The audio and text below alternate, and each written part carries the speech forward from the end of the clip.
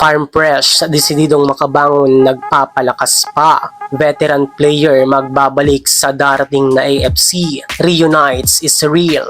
Rachel Andakis, Jack Junella, Alohi Robbins, iaangat ang Farm Fresh. Pero bago natin yung pag-usapan, please don't forget to subscribe and click the notification bell para update ka sa ating mga video.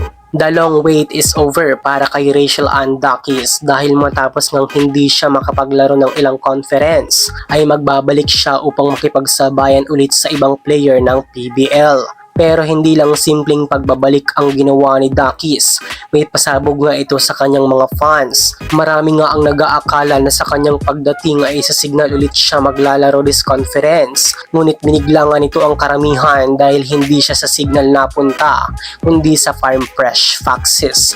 Dahil nga dito ay siguradong hindi na magiging basta-bastang team ang Farm Fresh Foxes. Isa na nga sila ngayon sa makikipagbakbakan sa malalakas na koponan tulad na lamang ng Creamline at Petrogas Angels. Inakala din ng lahat na sa Suskopi ang punta ni Dakis kasama si Jovelyn Gonzaga, subalit bigo nga ang sus na makuha si Rachel. Hindi pa dyan nagtatapos ang pasabog ng Farm Fresh dahil hindi lang isa ang nakuha nila sa Signal HD Spiker. Ito nga ang libero ng HD Spiker na si Jack Junella.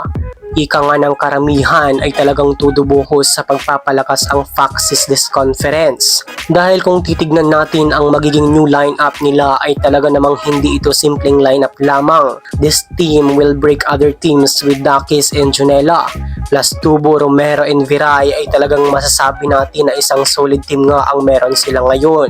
May umalis man sa Foxes ay may dadagdag pang isang former player na galing sa Signal. Ito ay walang iba kundi si Alohi Robbins Hardy. Matapos nga nitong lisanin ng Pinas ng maraming taon ay muli itong magbabalik upang maglaro sa Farm Fresh Foxes. Ito ay magiging kapalitan nga ni Romero sa setting department kaya't exciting ngayon ang magiging sistema ng team na ito dahil sa connection ng tatlong former player ng Signal inside the court. Aabangan na lang natin sa ngayon ang nalalapit na liga ng PVL at ang kanilang magiging banggaan. Sa tingin nyo ka Heartstrong, kaya na kaya ng Foxes ang malalakas na team? New players kaya ang susi sa kanilang title?